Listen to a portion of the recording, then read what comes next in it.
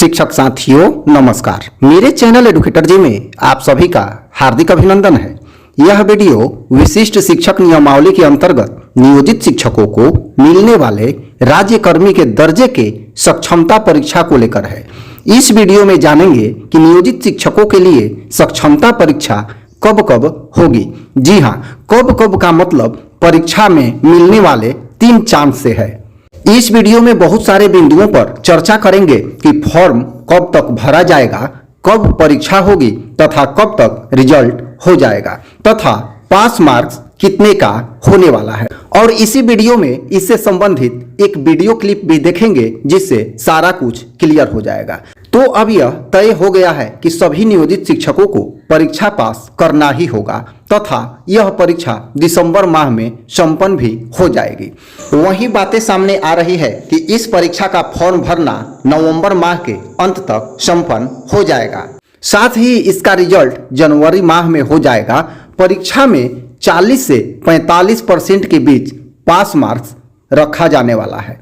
दूसरी सक्षमता परीक्षा अप्रैल में तथा तीसरी सक्षमता परीक्षा अगस्त के आसपास होगी, ऐसी सूचना प्राप्त हो रही है। तो आइए इससे संबंधित एक वीडियो क्लिप देखते हैं जिसमें सारा कुछ क्लियर हो जाएगा। सरकार की तैयारी ये थी कि परीक्षा नवंबर में ही ले लें, लेकिन चूंकि अब बीपीएससी की परीक्षा बीच में शुरू हो रही है सेकेंड फेज की, तो इसको लेके माना जा रहा है कि परीक्षा अब नवंबर लास्ट वीक नहीं तो दिसंबर, तो दिसंबर तक परीक्षा होगी। वो परीक्षा बिहार विद्यालय परीक्षा समिति लेगी।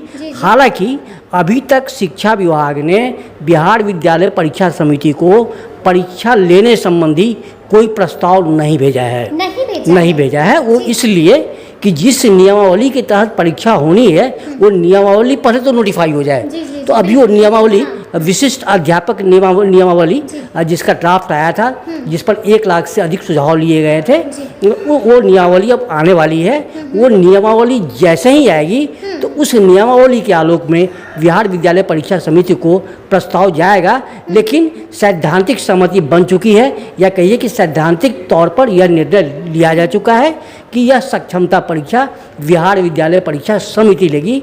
और बिहार विद्यालय परीक्षा समिति को यह जिम्मा इसलिए दिया जा रहा है कि वह इसके पहले दक्षता पहले चरण दूसरे चरण में जो शिक्षक नियुक्त हुए थे 2014 के पहले, उनकी दक्षता परीक्षा माध्यमिक और उच्च माध्यमिक शिक्षकों की बिहार विद्यालय परीक्षा समिति ही लेती रही थी। और उसका 2014 से जब एसटीटी लागू हुआ तो वो परीक्षा भी बिहार विद्यालय परीक्षा समिति लेती रही है।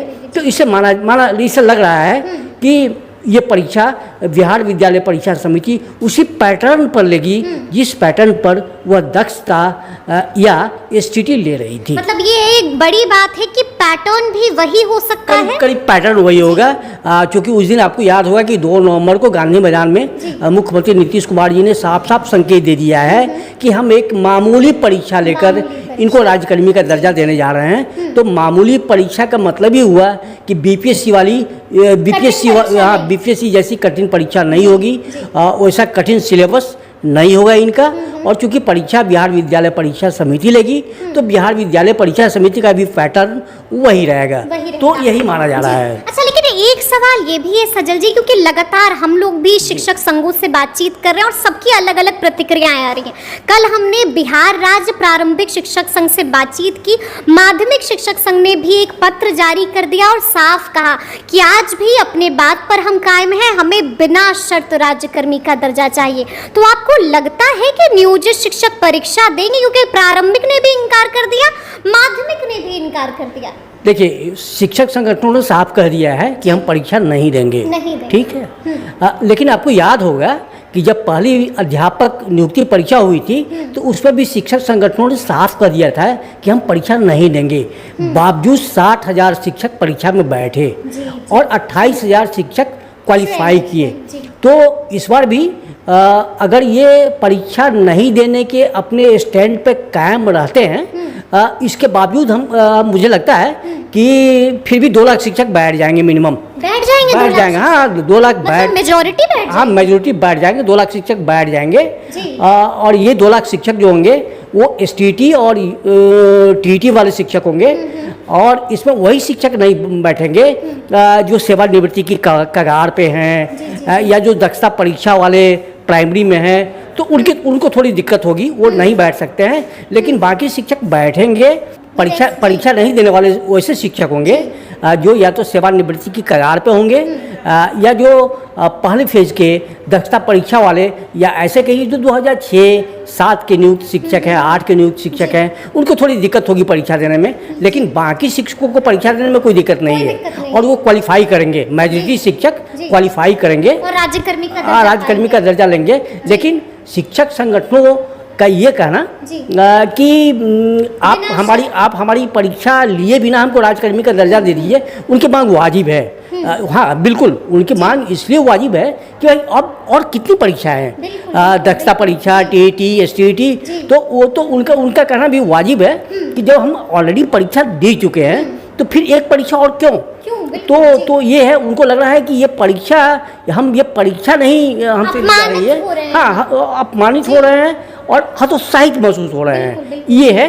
तो ये एक तरह से उनका दबाव है सरकार पर, यह कहके कि आप बिना शर्त राज्यकर्मी का दर्जा दीजिए, ये उनकी मांग है और अपनी मांग पर वो दबाव बनाए हुए हैं। लेकिन मुझे लगता है कि चूंकि मुख्यमंत्री ने उस दिन साफ कह दिया है गांधी मैदान में कि हम एक मामूली परीक्षा लेके इनको राज्यकर्मी का दर्जा देंगे, तो चूंकि इसके बाद मुख्यमंत्री ने कहा है, तो लगता नहीं है कि मुख्यमंत्री अपनी बातों से पीछे हटेंगे। तो उसके बाद से ये साफ है कि परीक्षा होगी इस बात पे तो मुहर एकदम। और एक चीज़ और आपको बता दें, बिग ब्रेकिंग, कि जब अगर पहली परीक्षा दिसंबर में होती है तो दूसरी परीक्षा 3 मौके नहीं मिलने हैं, तो दूसरी परीक्षा अप्रैल मई में होगी। और अगली परीक्षा तीसरा मौका जो मिलेगा वो मान के चलिए वो परीक्षा होगी अगस्त से। अगर दिसंबर वाली परीक्षा दिसंबर में हो जाती है तो दूसरी परीक्षा अगस्त अप्रैल या मई में होगी और तीसरी परीक्षा अगस्त या सितंबर में होगी।